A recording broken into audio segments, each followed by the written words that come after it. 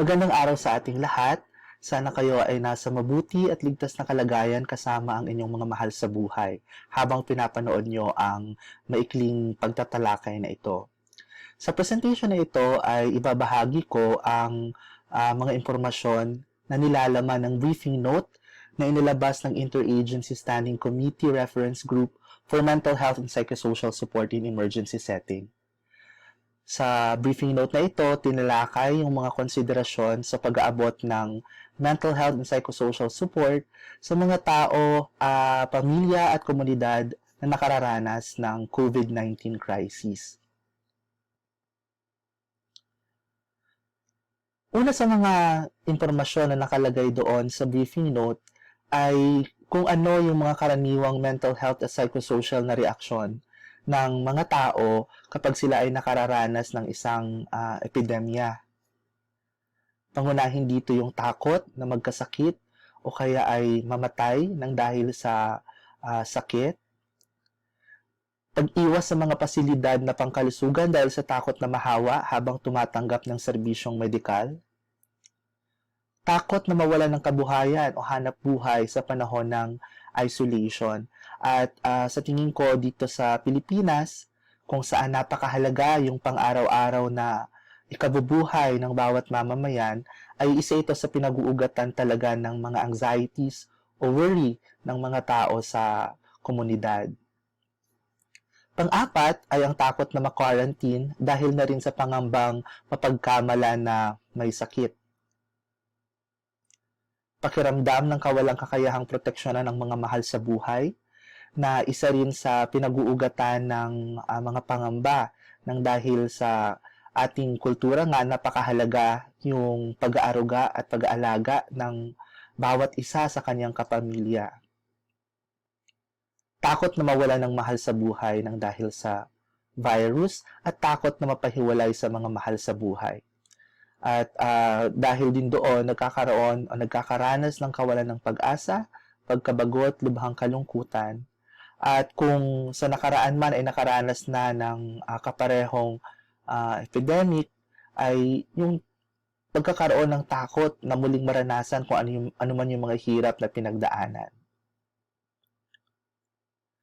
Particular sa COVID-19 outbreak, may mga nilista ring stressors doon sa briefing note.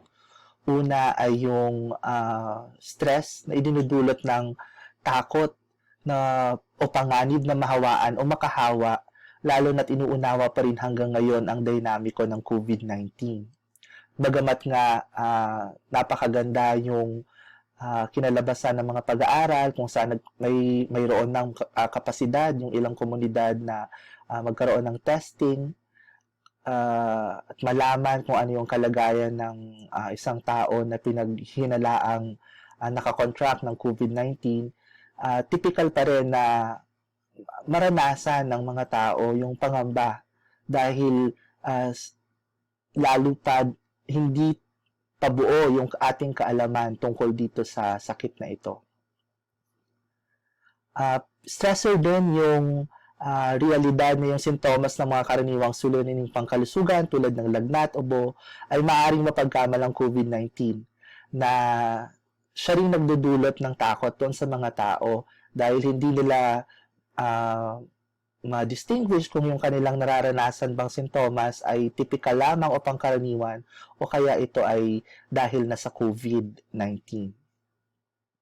Sa aspeto naman ng mga tagapangalaga, ng mga magulang na naghahanap buhay, stressor yung mag-alala sila sa kalagayan ng kanilang mga anak na maiiwanan sa bahay. Lalo pat maraming paaralan ang wala ng pasok. At sa iba naman, yung pangamba sa kalagayan ng mga nakatatanda o kaya mga kapamilyang may kapansanan. Lalo pat kung isa nga rin sa kanilang pangamba ay yung ma-quarantine sila at mapalayo sa kanilang mga mahal sa buhay. So naglagay ng mga paalala yung Interagency Standing Committee na maaaring pagnilayan at gumabay sa atin habang pinagdadaanan natin yung karanasang ito. Una sa paalala ay na normal na makaramdam ng lungkot, pagkabalisa, pangamba, pagkalito, takot o galit sa panahon ng isang krisis. Kadalasan ang isang krisis ay hindi typical na nararanas, lalo na kung yung krisis na pinagdadaanan ay hindi typical na nararanasan ng isang tao. At lalo na kung ang isang sitwasyon ay hindi niya lubos maunawaan, typical na magkaroon ng emosyonal na reaksyon ng isang individual. At napakahalaga sa paalalang ito, yung pagtanggap at pag-unawa sa sarili na kung ano man yung mga emosyonal na reaksyon natin ay typical na reaksyon ito sa isang hindi typical na sitwasyon.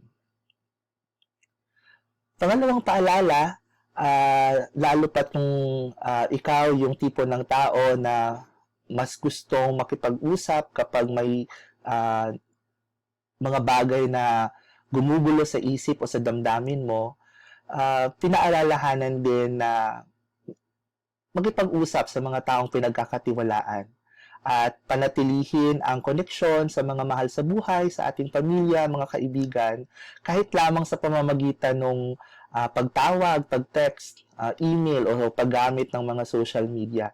Dahil sinasabi nga na isa sa ni-encourage ngayon ay social distancing. Ngunit sa kabila nito, mahalagang tingnan din na yung social distancing na yon, ang purpose talaga ay i-mitigate yung risk of transmission. Pero hindi ibig sabihin nun ay yung tuluyang pag-disconnect doon sa mga taong mahalaga sa atin. Pangatlo, pinaalalahanan din tayo na sikaping panatilihing malusog at malakas ang ating resistensya sa pamamagitan ng maayos na pagkain, pahinga at maayos na tulog.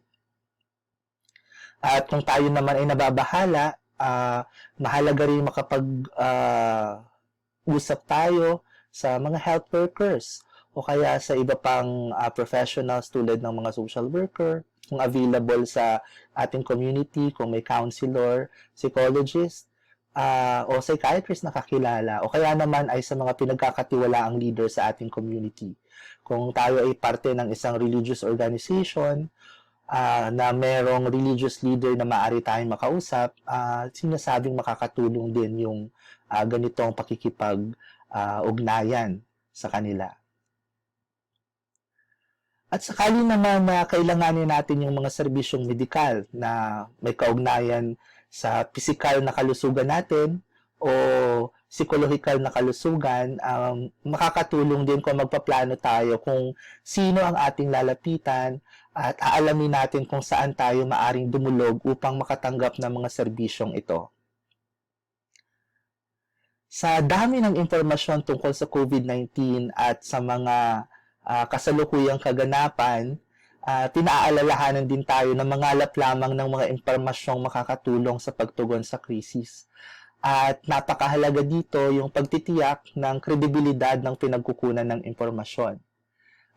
Napakalawak ng sources of information natin sa panahon ngayon at isang skill yung pagpili kung anong impormasyon yung tama at sinong organisasyon o ahensya ang nagpapalabas ng tamang impormasyon na ating pagkakatiwalaan. Sinasabi rin na maging mapanuri tayo sa mga palabas na papanoorin natin at kung sa tingin natin yung mga media coverage na napapanood natin ay lubhang nakakabalisa, ay maaari din natin itong iwasan o kaya ay manood lamang tayo kung kinakailangan. At panghuli ay alalahanin natin yung mga positibo at epektibong paraan kung paano natin napagtagumpayan yung ibang krisis na pinagdaanan na natin sa buhay. So malamang yung COVID-19 na ito ay isa lamang sa maraming pagsubok na ating pinagdaanan. Ngunit sa kabila ng mga pagsubok na yon ay naririto tayo at malakas. Mahalagang balikan natin ano yung nagamit nating kalakasan at mga pamamaraang ginamit natin upang madala natin o kaya ay mapagtagumpayan yung mga suliraning pinagdaanan. At itong mga pamamaraan na ito ay yun yung paghuhugutan natin ng lakas upang makabangon mula dito sa krisis na ating pinagdadaanan. So yun lamang po ang mga paalala ng Interagency Standing Committee Reference Group for Mental Health and Psychosocial Support in Emergency Setting. At sana po ay panatilihin natin ligtas yung ating sarili at mga mahal sa buhay at ang ibang tao sa ating paligid. At huwag po natin kakalimutang pangalagaan din yung ating lusog isip sa gitna ng COVID-19. Maraming salamat po.